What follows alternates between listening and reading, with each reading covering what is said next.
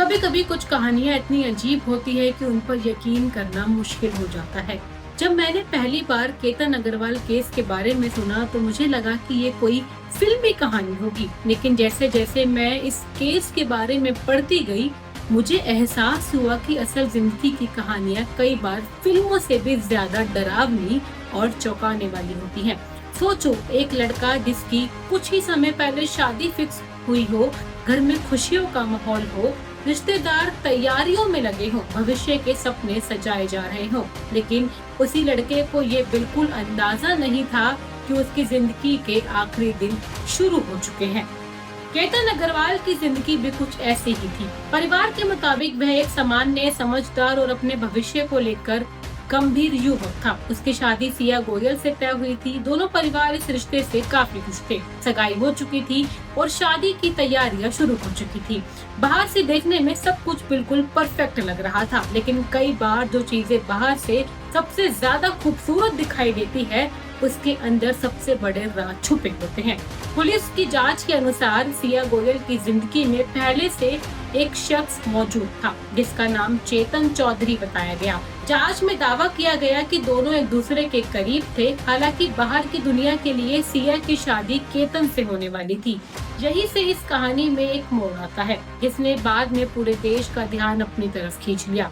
18 जून का दिन था। बताया जा रहा था कि सिया ने केतन के साथ घूमने का प्लान किया। जगह चुनी गई महाराष्ट्र के मशहूर लोहागढ़ किले की। यह बहुत खूबसूरत है लेकिन खतरनाक पहाड़ी का इलाका है, जहाँ गहरी खाइयां और ऊंची चट्टानें मौजूद है। जब दोनों वहां पहुंचे तो सब कुछ सामान्य दिखाई दे रहा था। कोई नहीं सोच सकता था कि कुछ घंटों बाद यहाँ एक ऐसी घटना होने वाली है जो पूरे मामले को राष्ट्रीय खबर बना देगी। फिर अचानक खबर आई कि केतन खाई में गिर गया। शुरुआती जानकारी में यही कहा गया कि फोटो खिंचवाते समय उसका संतुलन बिगड़ गया और वह नीचे खाई में गिर गया।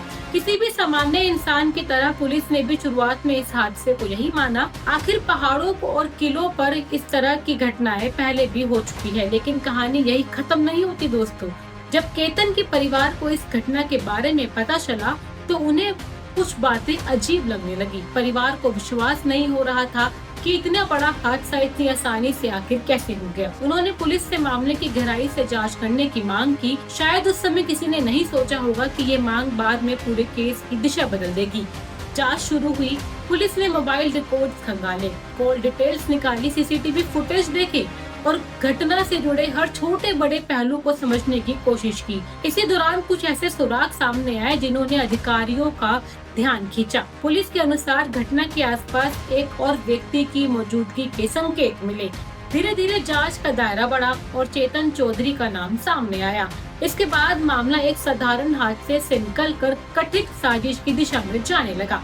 फिर धीरे धीरे बात खुलती है। फिर पता चलता है कि सिया और जो चेतन है, उन दोनों ने मिलकर केतन का खून किया है।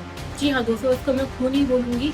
उन दोनों ने साजिश रची कि हम केतन को इस तरीके से मारेंगे। इन लोगों ने पहले से ही सब कुछ प्लान कर लिया था और लोहागढ़ का जो किला है वहाँ पर केतन जो है वो ऑलरेडी जो उसका बॉयफ्रेंड है वो पहुँच चुका था पहले से ही। और जैसे ही उन लोगों को मौका मिला और सिया और केतन ने मिलकर चेतन को 400 मीटर की ऊंचाई से खाई में धक्का दे दिया, क्योंकि वो चेतन के साथ रहना नहीं चाहती थी, वो केतन के साथ रहना चाहती थी। तो मेरा एक सवाल है सिया से कि भाई, अगर तुम्हें शादी नहीं करनी थी तो तुम्हारा मुंह क्यों नहीं फूटा घर वालों के आगे? तुम मना कर देती शादी के लिए कि तुम्हें शादी नहीं करनी है चेतन से। बेचारे मासूम लड़के की जान लेने की आखिर क्या जरूरत थी? मैं चाहती हूँ इस लड़की को कड़ी से कड़ी सजा मिलनी चाहिए और ऐसे और केसेस आगे ना हो दीन दुनिया में, देश में। इसलिए इसको यहाँ पर रोका जाए तो बहुत अच्छा होगा, क्योंकि ऐसे बहुत सारे केसेस हम पहले भी देख चुके हैं, चाहे वो मुस्कान का केस हो चाहे और भी कोई केस हो। आप लोगों को इस बारे में क्या कहना है कमेंट सेक्शन में जरूर लिखिएगा और वीडियो को ज्यादा से ज्यादा शेयर करिएगा।